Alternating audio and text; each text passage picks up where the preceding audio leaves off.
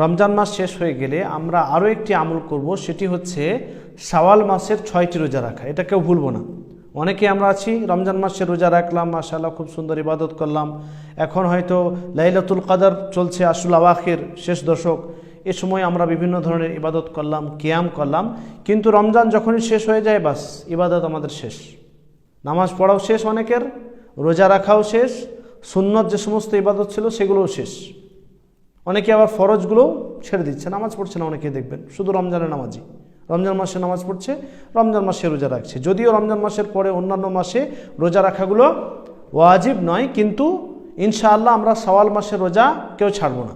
রমজান মাসে রোজা রেখেছি, তখন শাওয়াল মাসের রোজাটাও আমরা রেখে নেব। এ সম্পর্কে বিশেষ একটি হাদিস রয়েছে সহিহ মুসলিমের মধ্যে, যে হাদিসটি আবু আইয়ুব আনসারী রাদিয়াল্লাহু তাআলা আনহু থেকে বর্ণিত, হাদিস নাম্বার 1164। রাসূলুল্লাহ সাল্লাল্লাহু আলাইহি ওয়াসাল্লাম তিনি বলেন, মান সামা রমাদানা, যে ব্যক্তি রমজান মাসের রোজা রাখলো। আলহামদুলিল্লাহ আমরা রমজান মাসে রোজা রেখেছি প্রায় শেষের দিকে, আর কয়েকটা রোজা বাকি।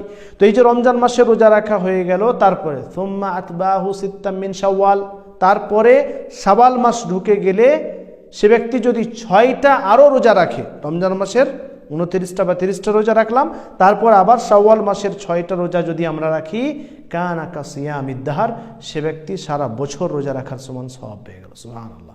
মানে সে ব্যক্তি সারা বছর যেন রোজা রেখেছে এরকম ধরনের হুকুম তার উপর হয়ে গেল, অর্থাৎ সে ব্যক্তি সারা বছর রোজা রেখেছে। এটা কেন? এটা কীরকমভাবে ফজিলতটা পেয়ে গেলাম আমরা? আসলে যে ব্যক্তি রমজান মাসে রোজা রাখলো, একটি হাদিসের মধ্যে পাওয়া যায় যে রমজান মাসের রোজাকে বা রমজান মাসের নেকিকে 10 গুণ করে দেওয়া হয়, 10 গুণ করে দেওয়া হয়। তো 30টি রোজা, একে 10 গুণ করুন, কত হবে? 10 মাস, তাই না? তো 10 মাস হয়ে গেল, আর বাকি থাকলো মাত্র 2 মাস। তো আরও যদি 6টা আপনি রোজা রেখে নেন, 3টে 1 মাস, আরও 3টে আরও 1 মাস, মানে পুরো বছর। সুবহানাল্লাহ, 12টি মাস আপনার রোজা রাখার মতো হয়ে গেল।